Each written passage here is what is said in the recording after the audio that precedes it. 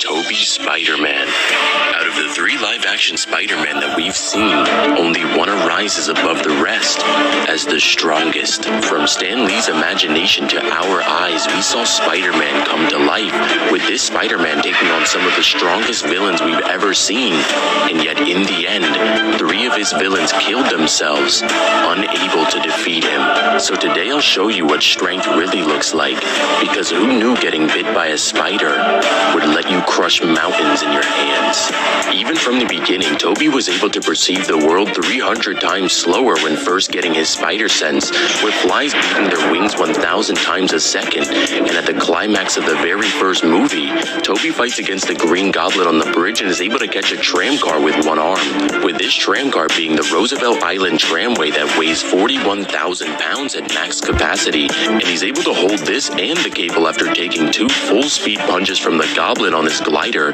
But in the second movie, he gets exponentially stronger.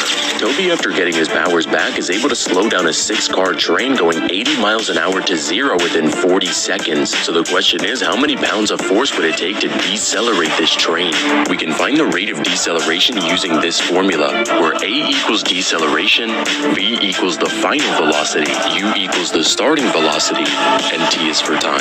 After plugging in all the numbers, you should get 0.745 meters per second squared. Plugging in the weight and the deceleration into the force formula, Tobey would be exerting 1,438,254.8 pounds of force, and taking in the context behind the scene, Tobey, after not being Spider-Man for months, gets his powers back and immediately fights Doc Ock, and after the entire fight and getting hit by a train, he's still able to perform this feat, meaning this is what he can do after 2 huge nerfs to his strength. But at the climax of this movie is where it gets absolutely insane. Doc Ock was able to take the electric shock of the power source of the pseudo-sun, with the energy of the first one being stated in the novelization for the Spider-Man 2 movie to be equivalent to 1,000 megawatts. However, the second one would be even more considering it sustained itself.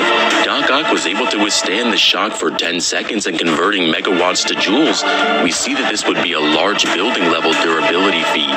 And of course, Tobey would scale above it, as Tobey is able to overpower his mechanical arms on multiple occasions, and even in the Spider-Man 2 novelization, it was stated that while Doc Ock was fighting Spider-Man, his punches were so heavy that Doc Ock was about to pass out, and his arms were screaming out for any way to defeat him, with these arms even being stated to be able to adapt to Tobey's fighting style, but they can't adapt to these right hooks. Tobey was able to hold a warehouse wall that was being pulled in by the pseudo-sun, with this sun having enough gravitational pull that it was stated to be pulling everything in the entire city that wasn't tied down, meaning this feat would convert to 307,467,965 joules, or 226,776,733,177 pounds, or city block plus levels of energy. And once again, the context behind this scene makes it crazy. Tobey just woke up from his train feat and immediately fights Doc Ock again, and even after all of that, he's still able to perform this feat while holding back.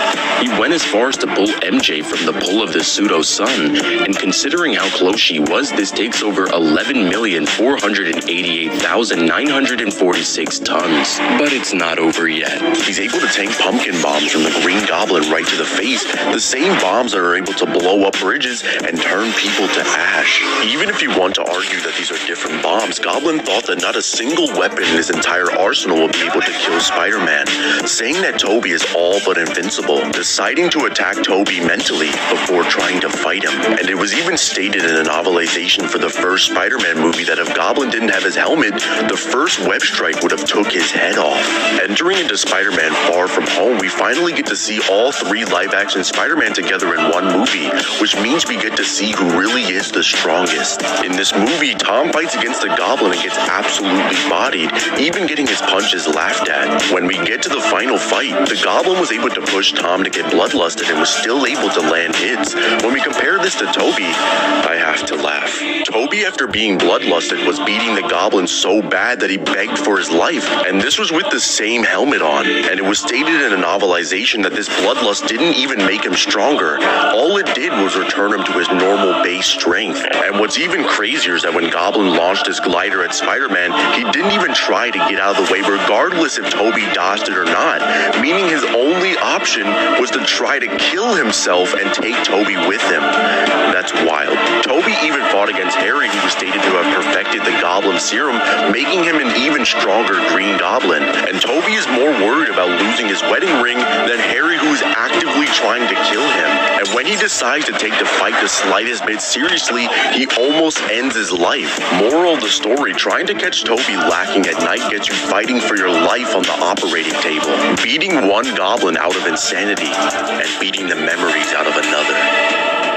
Avenge me! Tom Spider-Man on the high end is able to stop attacks from Call Obsidian, who can fight against an even stronger Hulkbuster, who can match the Hulk, who can match Thor, who can do this. With these feats getting him to country level, but that would be the highball. Tobey in this movie is even able to outperform Andrew in their quick exchange, with Andrew being able to dodge electricity, making his speed high hypersonic. And even at the climax, Andrew is able to get tagged by the lizard multiple times, but Tobey doesn't. And the only time he does get tagged, it's Andrew's fault. But what happens when an alien symbiote from space bonds with the most powerful person on the planet? Tobey, after receiving the black suit, is able to get a huge amp to his strength, with Eddie Brock, a normal guy, being able to get the symbiote suit and match and even overpower Spider-Man's strength. Meaning Tobey, when he got the symbiote suit, would get a Spider-Man boost on top of his normal strength, comparing the average pounds of force that a grown man can exert in comparison to Spider-Man. We see that even at a low ball, Spider-Man would be 13,441 times stronger than the average person. If we put this amp on top of Tobey's feats, his strength is absolutely ridiculous. And we see evidence of this as Tobey gets the symbiote suit and is amazed at the strength that he possesses. And he fully understands that a person getting the symbiote suit would be able to match his strength. If we throw this 13,000 times boost on top of Tobey's sun feat, Tobey would be able to crush mountains comparable to Mount Fuji. And what's crazy about this is that in the Spider-Man 3 novelization, it was stated that Venom had the power to crush mountains. While this might be hyperbolic for Venom, Black Suit Spider-Man can actually do it. Overall, Tobey's Spider-Man would scale from multi-city block level to country with high hypersonic speed. And shout out to Phoenix, who dropped 50 to sponsor this video. Because in the end, only one can be the strongest, and the strongest is clear. But make sure you never forget these words. With great power comes great responsibility. This is his gift, his curse. Because when was the last time that you remember that somebody was so strong that he had his villains praying to God to defeat him? What's up, guys? It's Divine. If you guys enjoyed this video, make sure you guys like and subscribe and hit that notification bell so you never miss an upload. And if you want to sponsor a video just like this one, I have my Cash App linked in the description where you can sponsor your very own video. But tell me in the comments, which of the movies is your favorite in the trilogy, and which character should I do next? And of course, shout out to Kazi for hopping on this one. He's going to be dropping a Comp Saitama video very soon. But anyway, out of the countless characters that you know, who can defeat Tobey's Spider-Man?